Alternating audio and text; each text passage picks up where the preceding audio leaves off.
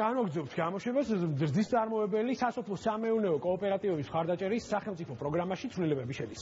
პროგრამას წვრილფეხა რქოსანი პირუტყვის კომპონენტი ემატება და სახელმწიფო პროგრამაში ჩართვა ახლა უკვე არა მხოლოდ მესაქონლეობის, არამედ მეცხვარეობისა და მეთევეობის დარგის კოოპერატივებსაც შეეძლებათ. უკვე სტუმართან ერთად განვაგრძობთ თემაზე საუბარს. ბატონი გიორგი მიშელაძე, სასოფლო-სამეურნეო კოოპერატივების განვითარების სააგენტოს თავმჯდომარეა ჩვენთან ბიზნეს კონტაქტზე. გთხოვთ ბატონო გიორგი, ძალიან დიდი მადლობა თქვენი დროისთვის. გთხოვთ.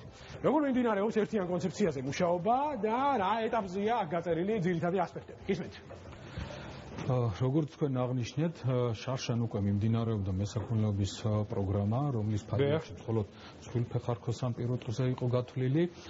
წერს ამას უკვე დაემატა წვრილფეხა-რქოსანი პირუტყვი და შესაბამისად უკვე ჩვენ ვაძლევთ მეცხვარეებს, კოოპერატივებს იმ საწვრილ აღჭურვილობას, რომელიც მათ წაადგება და პირველი ნაბიჯი არის გადადგმული იმისათვის, რომ შეძლონ უკვე სუფთა გარემოში პროდუქტის წარმოება, ვინაიდან მოგეხსენებათ პირველი დაბინძურების კერა მეცხვარეობაში სწორედ მოწვევის პროცესია და ამიტომ კოოპერატივებს, რომელთა ფარგლებშიც იქნება გაერთიანებული მინიმუმ 2000 სული ცხვარი მეწველი რძის წარმოებაზეა საუბარი, სწორედ ჩვენ ვაძლევთ 24 ცხვრისათვის საწვრილს მობილურ დანადგარს თავისი დენის წყაროთი და ასე შემდგომ, ხოლო თხის მეთევეობის კოოპერატივებს უკვე ეძლევათ არა მხოლოდ საწვრილი დანადგარები, აქ უკვე 12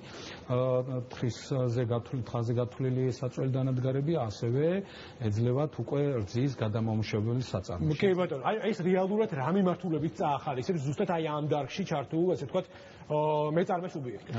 როგორც აღნიშნე, მეცხვარეების მიმართულებით აღსანიშნავია, რომ უჭირთ საერთოდ ჩვენს მეცხვარეებს მოწველა ცხვრის და როგორც აღნიშნე, უკვე ეს არის ერთ-ერთი პირველი დაბინძურების წყარო და თავისთავად დანადგარები მიცემთ მას შესაძლებლობას, რომ დიდი რაოდენობის ცხვარი მოწველონ სუფთა გარემოში.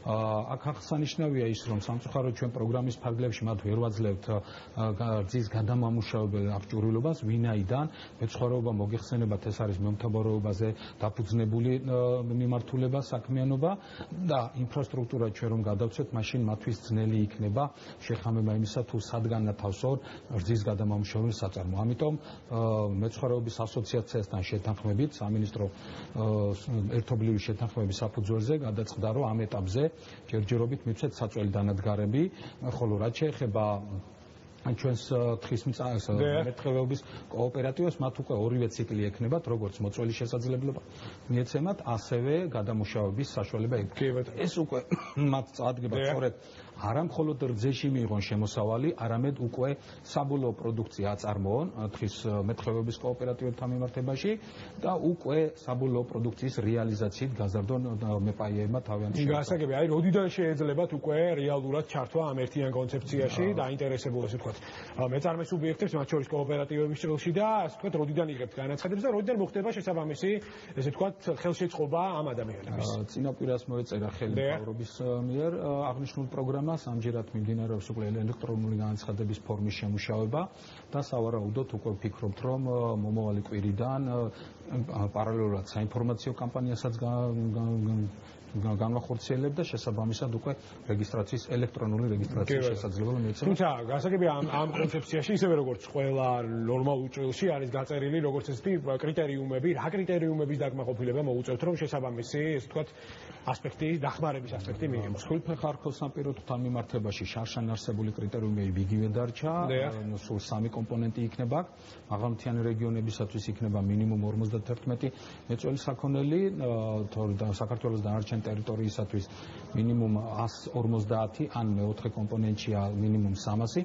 ამ შემთხვევაში ეს ყველა საქონელი, როგორც წვრილფეხა-რქოსანი, ასევე თხაც და ცხვარიც უნდა იყოს სურსათის ეროვნულ სააგენტოში რეგისტრირებული, ანუ საყურე ნიშნები უნდა ქონდეს, შესაბამისად აღჭურვილობას, რომელსაც გადასცემს სახელმწიფო, მათ ეს აღჭურვილობა არის სრულად გრანტის სახით გარდა მეცხვარეებისათვის, ხოლო თანადაფინანსება, ანუ თანამონაწილეობა ბენეფიციარებისა, ეს იქნება უკვე საწარმოსათვის საჭირო ფართის მშენებლობა. მშენებლობა.